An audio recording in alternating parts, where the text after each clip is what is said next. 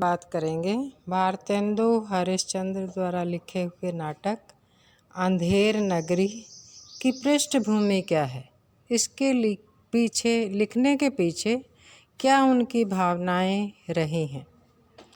यह प्रहसन भारतेंदु जी ने बनारस में हिंदी भाषी तथा कुछ बंगालियों द्वारा बनाई गई संस्था नेशनल थिएटर के लिए एक दिन में सन 1981 में लिखा था और काशी में उसी दिन अभिनीत हुआ। भारतेंदु जी इस संस्था के संरक्षक थे। उन्होंने जब उस समय को देखा तब उन्हें यह महसूस होने लगा कि जब योग्य जनों का निरादर होने लगे और मूर्ख लोग सम्मानित होने लगे तो सुधार की आवश्यकता अवश्य है।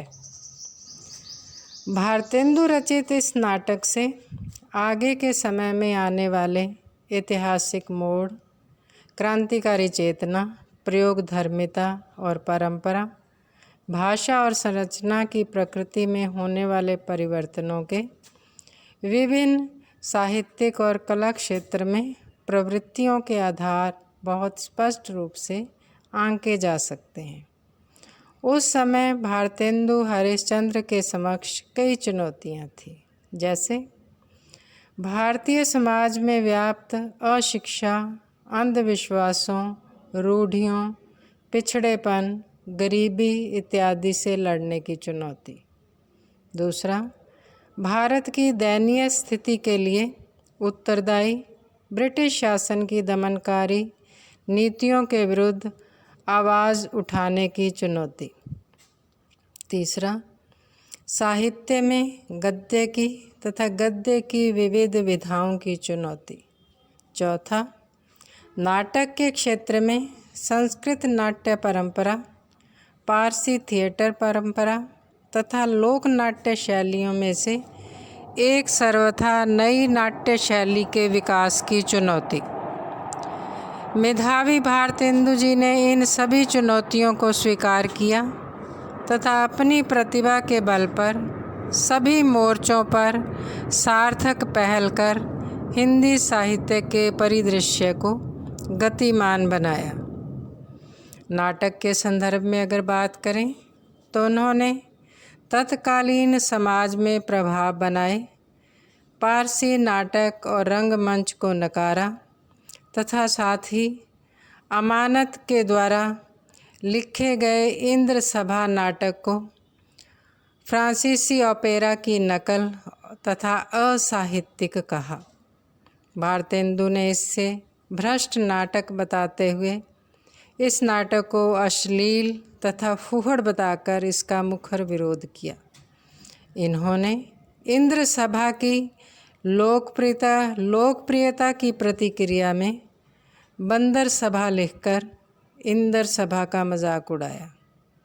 दरअसल हिंदी नाटक साहित्य में इंद्र सभा को कभी स्वीकार नहीं किया गया। उसे फारसी और हिंदी के मिश्रित प्रयोग के कारण या तो उर्दू का प्रथम नाटक माना गया या हमारे यहाँ साहित्य और रंगमंच के भेद और विरोधाभास के कारण रंगमंचीय नाटक कहकर हल्केपन के साथ देखा गया। उसकी लोकप्रियता, श्रृंगारिकता, संगीत प्रधानता, ठुमरी, गज़ल आदि ने, शेरो शायरी और परिलोक ने, दरबार के विलासतापूर्ण वातावरण ने साहित्य में उसके प्रति बराबर विरोध का भाव रखा, जबकि पारसी रंगमंच ने इस नाटक के रचना विधान से बहुत प्रेरणा ली। रंगमंच की अविच्छिन्न परंपरा न होने और साहित्यिक आग्रह के कारण उन्होंने इंद्र सभा की उपेक्षा की। इंद्र सभा तथा पारसी नाटक ने इस विधा को बहुत अश्लील तथा हल्की बना दिया था। मध्यम वर्ग तथा उच्च वर्ग नाटक को एक उपेक्षणीय विधा मानने लगे थे। यह भी भारतेंदु के समक्ष एक बहुत बड़ी चुनौती थी। इसके लिए उन्होंने नाटक शीर्षक से एक लंबा निबंध लिखा जिसे हम हिंदी नाट्यशास्त्र का प्रथम आलेख कह सकते हैं, तथा साथ ही ऐसे नाटक लिखे और मंचित किए जिनसे नाटक के प्रति शिष्ट वर्ग का दृष्टिकोण बदला। भारतेंदु जी ने वेद की हिंसा हिंसा ने भवती तथा विषस्य विषमोषधम जैसे नाटकों में भारतीय समाज की कुरीतियों तथा रूढ़ियों पर प्रहार किए, तो भारत दुर्दशा जैसे नाटक से भारत की खस्ता हाल का चित्रण करते हुए भारत की ऐसी दुर्दशा के लिए ब्रिटिश साम्राज्य को उत्तरदायी ठहराया। भारत दुर्दशा का विस्तार उन्होंने अंधेर नगरी में किया, जिसमें उन्होंने ये संदेश दिया कि ब्रिटिश शासन में न्याय मिलना संभव नहीं है। तो ये सारी परिस्थितियाँ थी जिनके कारण भारतेंदु जी ने इस अंधेर नगरी नाटक का सृजन किया।